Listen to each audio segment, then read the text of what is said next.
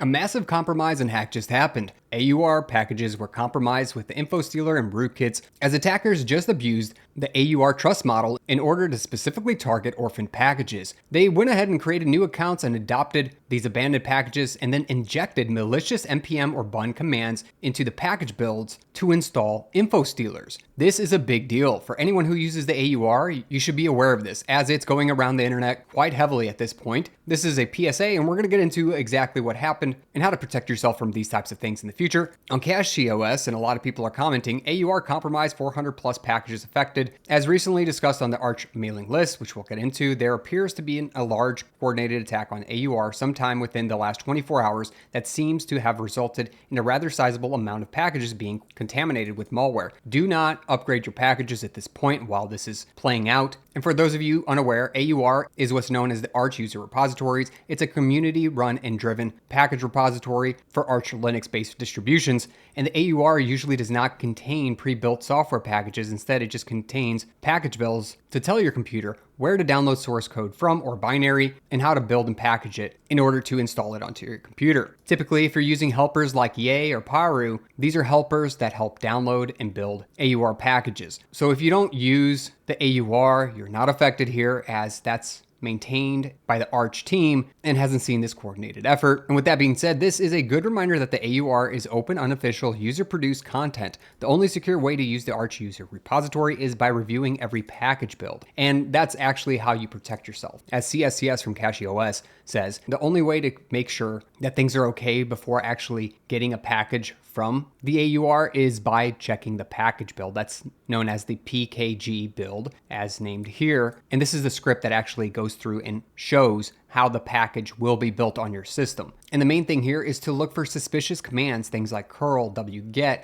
npm install, python, base64, chmod, sudo. Those are all big commands that either get stuff from the internet or change permissions or escalate permissions. These are all big deals. If you see those, start questioning what's going on. But either way, it's a little bit too late for all that, as presumably some users have compromised packages at this point. And while efforts are underway to clean out any problem packages, there still exists the possibility that some users may have inadvertently downloaded some of these malicious sources. Out of an abundance of caution, I have duplicated efforts elsewhere, have a checkup script, and will update it if as more packages are found to be affected. You can run it remotely using the following command. Here you go. I'll be actually posting this in the comment section below, and it is a vulnerability test script in order to make sure that your current system is not affected.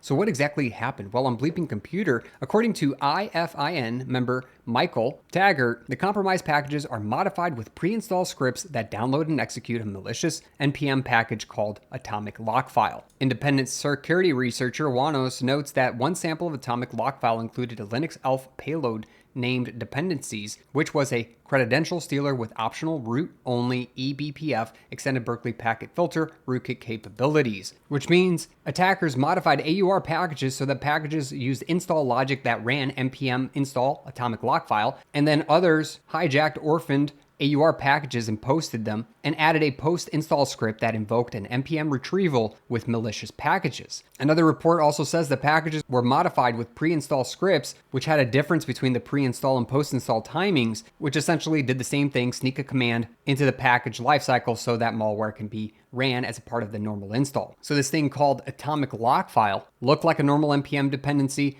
but reported to carry a Linux executable that had malware, which could search your files and applications for passwords, tokens, cookies, SSH keys, wallet files, and other secrets. It also could contain a stealth component using what they call root-only eBPF, which is really bad as that can actually talk to firmware on your computer. They also try to hide these processes and try to exfiltrate information by uploading. This is an absolute big deal. Wanos here did a pretty good preliminary analysis of the AUR malware. I'm going to post a link in the description below in order for you to quite understand even more what exactly to do, and a deeper dive into some of the metadata that was caught, including how it was delivered and timing. Anyways, the big question here is what to do. Well, first off, avoid updating any of your AUR packages for the next few days as this situation stabilizes. If you are using the AUR, just wait, do not update. And if you have made an update recently with within the last day or so. Check for compromises, inspect your package build files, and check the pacman logs for recent suspicious build dates. You can also run a grep command and search for AUR helper caches, but I do want to remind you there is a checkup script if you want. It's called AUR Vulnerability Test 2026-0611.sh. Again, I'm going to post a link in the description below and you can actually look through exactly what this script does, as it just posts out whether or not any of the infected known packages were installed within the last 48 hours. And it has all those packages listed above. I've already looked through it. You can look through it yourself as well. This was posted by CSCS from CachyOS, who is a moderator over there. Thanks to them. Anyways, if you are affected, then treat your system as if it is compromised. Rotate all your passwords, any API keys you have, any private keys, any SSH keys, everything you got, as there is a potential that that information did get released. Then uninstall affected packages and or wait for instruction. You can also disconnect the internet. Now, one thing that does suck, it had an eBPF style rootkit hiding, so it's going to be hard to trust some cleanup tools here. So backup personal documents only. Do not back up executables or any shell scripts. You probably want to reinstall Arch Linux if you are truly infected, and then update. It sucks, but avoid restoring anything on your compromised system that might have to do with keys, npm packages, Python packages, Docker containers, crypto wallet files, shell history files, anything like that. Unfortunately, this is a big deal for those of us who did get affected. Again, it seems like in the last 48 hours is really the people who would have gotten affected if you did end up installing an AUR package or updating. Dependencies is a high severity Linux credential stealer delivered through a malicious npm pre-install hook in a compromised supply chain attack. Its targeting is focused on developer continuous integration build environments. The binary contains an encoded onion C2 endpoint and uses local loopback sockets transport to reach it. It separately uploads files to temp.sh, likely relaying resulting upload metadata through onion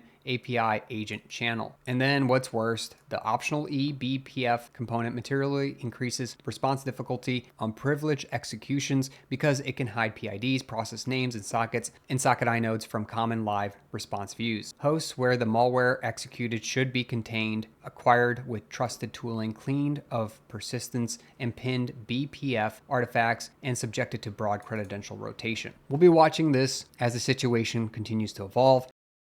There is an AUR report thread for this, and they are working hard to reset and delete any malicious and all malicious commits and ban the accounts that were part of this attack campaign. If you find more malicious packages, please send them in and reply to this email to keep them all in one thread. And there have been many people actually going through and looking at all the different types of packages in the AUR and just vetting it at this point, because this was a massive attack. Again, 400 packages plus compromised with all of this. It really does suck for those users of the AUR, especially for those of us that use it for newer versions and proprietary apps, including software that's just not in the official repos. The trade-off here is, of course, trust. With official packages, Arch maintainers build and ship the packages, and with the AUR, community maintainers give you a script and your machine blindly builds and runs it. It's very powerful, but of course it's risky. Anyways, now that you're aware of this, let me know what you think about this in the comments section below. Has this affected you? Let others know. Please share this, subscribe, and like the video to get it out to more people. I'll catch you in another one. Thanks for watching. And if you enjoy videos like this and you want to upgrade your Linux experience, check out starlabs.systems/savvy3, where you can get an extra 3% off these amazing laptops. I personally use one as it's Linux first with no compromises. It comes pre-installed with Linux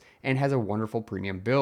This all comes with Coreboot, which is an open source firmware ideal for people who care about open code, privacy, and performance. Anyways, get your new Linux workstation today, again at starlabs.systems/savvy3. You can also use code savvy3 at the checkout for an extra 3% off.